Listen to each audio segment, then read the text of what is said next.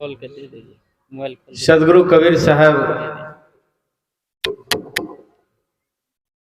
कहते हैं, मन मरे न माया मरे, मर मर गया शरीर, आशा तृष्णा न मरी, कह गए दास कबीर।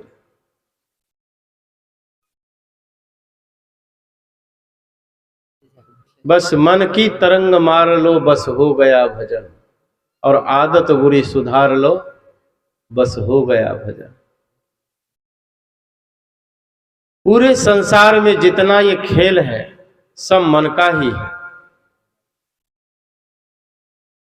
का मने मनुष्यानां कारणम बंध मोक्षो, मन ही मनुष्य के बंधन और मुक्ति का कारण है।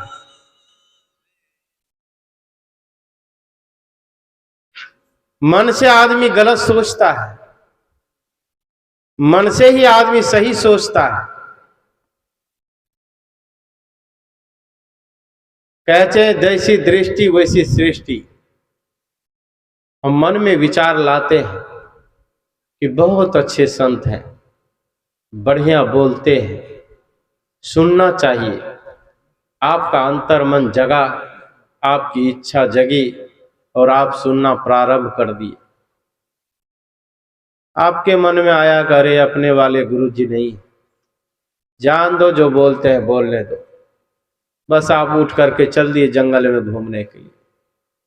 मन नहीं है, सारा खुराफात का जड़ ये मन ही है। मन से आदमी जैसा सोचता है वैसा ही करता है। इसीलिए सदगुरु कबीर साहब ने कहा, एक साधे सब साधिया सब साधे एक जाए, जैसा सींचे मूल को फूले फले अघाए। का एक मन को साध लो, सारी फसाद की जड़ ये मन ही है। लेकिन श्री कृष्ण भगवान ने कहा कि मन ही मनुष्य के मुक्ति और बंधन दोनों का कारण है। मुक्ति भी होगी मन से ही और बंधन भी होगा मन से ही। इसीलिए कबीर साहब ने कहा, कबीर मन तो एक है, भावे तहां लगाओ, भावे गुरु की भक्ति करो या तो विषय कमाओ। यदि मन सही हो तो भक्ति आदमी करता है, मन यदि सही नहीं हो तो विषय कमाता है। काम क्रोध लोभ मोह अहंकार तृष्णा राग द्वेष में रात दिन घिरा रहता है। सदगुरु कबीर साहब ने कहा, जैसा सींचे मूल को फूले फले अघाए। मूल क्या है? ये मन है। इसको जैसे सिंचाई होगा, फूले फले अघाए, बहुत फूलेगा फलेगा बढ़िया। मन की सिंचाई हम लोग यदि जहर से करेंगे तो पेड़ जहर ही देगा, उसमें बढ़िया फल नहीं लगेगा। और इस मन रूपी जड़ में यदि दया क्षमा संतोष धैर्य सत्यशील विचार विवेक इष्ट भक्ति धर्म से सिंचाई करेंगे, जो हमारा मनुष्य धर्म है, हमारा मन सुंदर होता चला जाएगा। इसीलिए बढ़िया विचार से मन को शुद्ध करने की आवश्यकता है। नहीं कहता है मन चंगा, बोलो भाई, कटौती में गंगा। मन चंगा तो कटौती में गंगा। अब मन यदि बढ़िया, चंगा मतलब होता है पंजाबी शब्द है अच्छा। मन यदि अच्छा है तो घर के कटौतियों में पानी है तो वो गंगा जल ही नजर आएगा। और यदि मन बढ़िया नहीं है तो गंगा नदी में नहा के आओगे तो भी मन दुखी ही रहेगा। अनूप जलोटा जी एक भजन गाते हैं, धोना था मन भूल गया, धोता रहा तन मल मल के, घर का ईश्वर भूल गया पर तीरथ करता चल चल के। का घर का ईश्वर भूल गया, तीरथ करता चल चल के। धोना था मन भूल गया, धोता रहा तन मल मल के। धोना था मन को, धो रहे हैं तन को। कल मैंने कहा था ना, जहां कुत्ते का काम है वहां गधा बोल पड़ेगा तो काम गड़बड़ हो जाएगा। हम लोग उल्टा करते हैं, जहां मन को धोना चाहिए वहां तन को धोते, और जहां तन धोना चाहिए वहां मन को धोते। काम तो करते हैं लेकिन कुछ उलट पलट कर देते हैं। रोग लगा है इस मन में, जहर भरा है इस मन में, धो रहे हैं तन को, सफाई हो जाएगी? बोलो भाई। जीवन में कभी भी सफाई नहीं होगी। मन की साधना करनी चाहिए थी, तन को साध रहे हैं, 3-3 दिन उपवास रहे हैं, निर्जला उपवास कर रहे हैं। एक आदमी को मैंने पूछा, महिलाओं, माता जी उपवास क्यों करें? निर्जला उपवास, पानी भी नहीं पीती, पति के सुख शांति के लिए।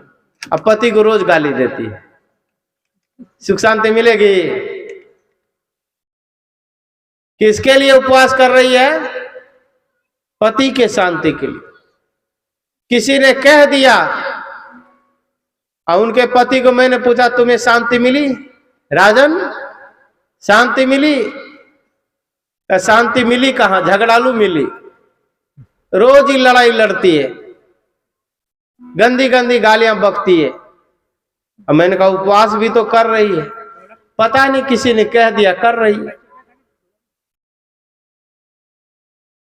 आप यदि शरीर को कष्ट न दे करके थोड़ा मन को कष्ट देने का कोशिश करें। अभी भजन में सुन रहे थे कि मन की तरंग मार लो बस हो गया भजन, आदत बुरी सुधार लो बस हो गया भजन। आदत बुरी आदतों को सुधारना है। इस तन को कष्ट देने के लिए हम लोग तत्पर रहते हैं हर समय। कम खाओ, उपवास रहो, निर्जला व्रत करो, श्वास भी मत लो, नदी में ठंडी महीने में पानी में घुसे रहो आधे कमर तक पानी में, गले तक जाओ तो और ज्यादा फल मिलेगा। पता नहीं कितने प्रकार के हजारों पेड़ और पत्थरों में पानी डालते फिरते हैं, पता चला कोई फायदा नहीं हुआ। क्यों? कि रोग लगा है इस मन में, गलत चिंतन उठ रहा है इस मन से और शरीर को कष्ट दे रहा है।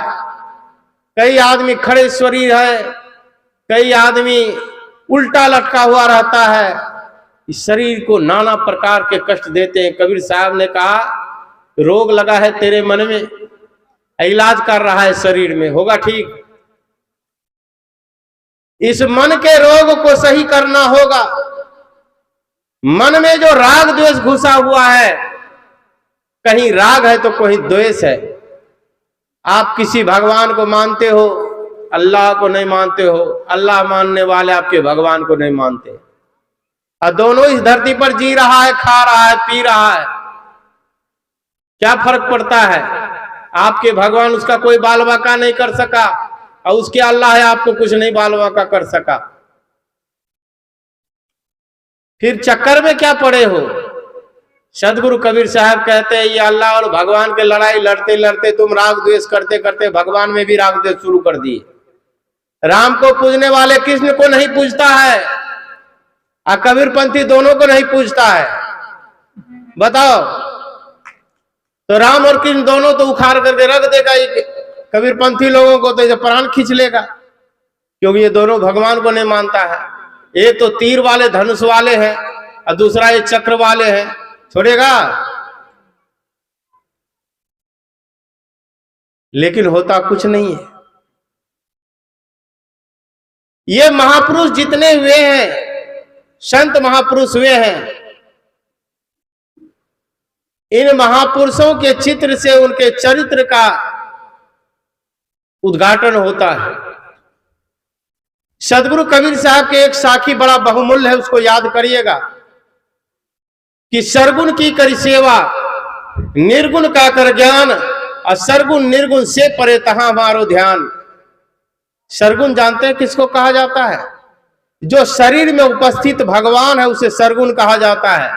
और सरगुण भगवान वेदों में, हम लोगों के शास्त्रों में 4 ही बताए गए हैं।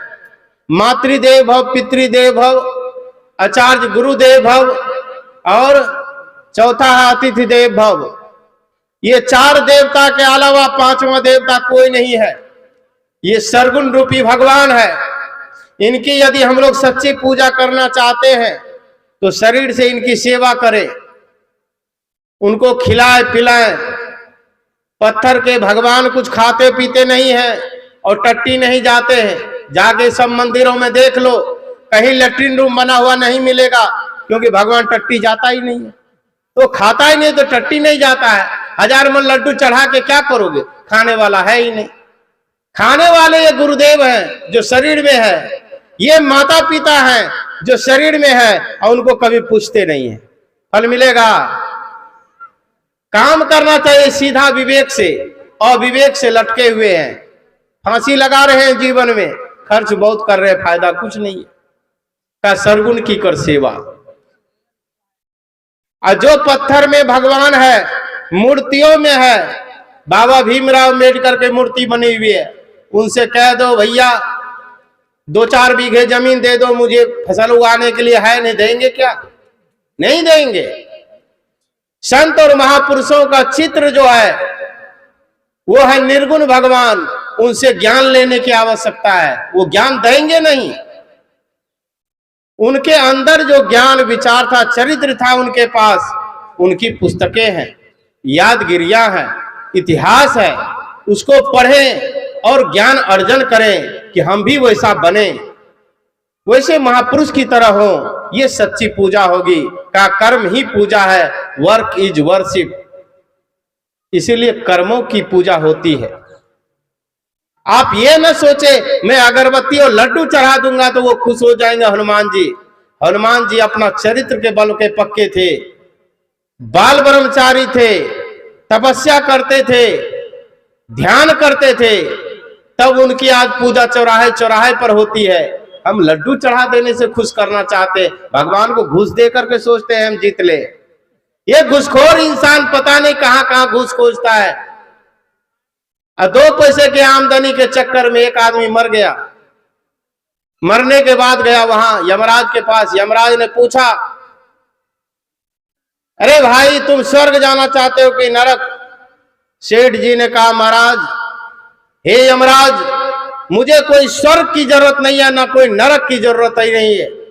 मुझे 2 पैसे की आमदनी जाओ वहीं भेज दो। वो 2 पैसे की आमदनी के चक्कर में स्वर्ग नरक से कोई मतलब नहीं है। आज हम सब भी यही चक्की में पीस रहे हैं। इसलिए मन को सही करने का काम करें। आपका मन सही रहेगा तो दुकान पर भी आप जिस ग्राहक से मिलोगे लगेगा कि भगवान मिले। का इंसान को पूजने वाले पत्थर को भी सही पूजा नहीं कर सकता है। क्यों? कि विवेक है ही नहीं। सदगुरु कबीर साहब ने कहा, बिना विवेक भटकत फिरे पकड़ शब्द की छाई। शब्द का छाई पकड़ लिए, भटकते फिर रहे हैं। न ज्ञान से मतलब है, न ध्यान से मतलब है, न सेवा से मतलब है। सरगुण रूपी भगवान की सेवा भी नहीं कर पाते हैं, और निर्गुण रूपी भगवान से जो लेना चाहिए वो ले भी नहीं पाते हैं। सदगुरु कबीर साहब ने कहा, सरगुण निर्गुण से परे तहां हमारो ध्यान। ये दोनों भगवान से परे ध्यान है। आप अपनी मंजिल पर पहुंचना चाहेंगे तो ये दोनों को भी छोड़ना पड़ेगा। इसीलिए सीढ़ियों में अटके हुए मत रहिए, और मन को सही करके कहा, मन की तरंग मार लो बस हो गया भजन। असली भजन है मन की तरंग को मारना। अपने मन की तरंगों को मारे और मन को सही बनाने का कार्य हमारे संत महापुरुष करने आए हैं। और हम सब लोग लक्ष्य बनाएं। आदमी का लक्ष्य ही गलत होता है। गए महाराज जी की, गणेश भगवान की, गणेश साहब की भंडारा खा लिया, घर चले गए। नहीं बंधुओं, इस मनुष्य जीवन में आए हैं तो आनंद लेकर के मरो। मनुष्य जीवन का आनंद। आप अपने मनुष्य जीवन में दुखी क्यों हो? दुख का अंत खोजना आवश्यक है। और परम सुखी होना यदि चाहते हैं कि सत्संग स्तर पर कबीर आश्रम की सुखशाला में, सुखशाला एक होता है धर्मशाला, एक होता है पाठशाला। यहां सुखशाला है।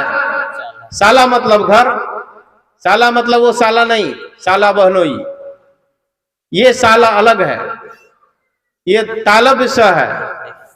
इसका मतलब होता है घर, जैसे पाठशाला जहां पढ़ाई की जाती उस घर में, इसीलिए यह है सुखशाला। यहां पर यदि सुख नहीं मिला धरती पर कहीं नहीं मिलेगा। इसीलिए सुख और शांति के लिए हम सबको शांति दान देने के लिए संत महापुरुष मंचासीन है। आइए आप सबके बीच और महापुरुषों के हम लोग विचार सुनते हैं। बोलिए सदगुरुदेव की जय।